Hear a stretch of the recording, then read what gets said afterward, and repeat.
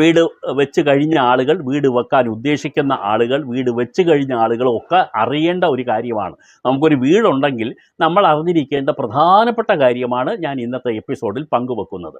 നമ്മളൊരു വീട് വെച്ച് കഴിഞ്ഞാൽ നമ്മൾ എന്തെല്ലാം നികുതി ആ വീട്ടിന് അടയ്ക്കണം നമ്മൾ അറിയേണ്ട കാര്യമാണല്ലോ. തീർച്ചയായും നിങ്ങൾക്കറിയാമല്ലോ. നമ്മൾ എന്തെല്ലാം, പലർക്കും അറിയില്ല, എന്തെല്ലാം നികുതി അടയ്ക്കണം എന്ന് ചോദിച്ചാൽ ആളുകൾ പ്രധാനമായും പറയുന്നത് പഞ്ചായത്തിലോ, വീട് സ്ഥിതി ചെയ്യുന്ന പ്രദേശം പഞ്ചായത്തിലാണെങ്കിൽ അവിടെ, മുനിസിപ്പാലിറ്റിയിലാണെങ്കിൽ അവിടെ, കോർപ്പറേഷൻ ആണെങ്കിൽ അവിടെ അടയ്ക്കേണ്ട ഒരു നികുതിയെക്കുറിച്ച് മാത്രമേ ആളുകൾക്ക് അറിയുള്ളൂ.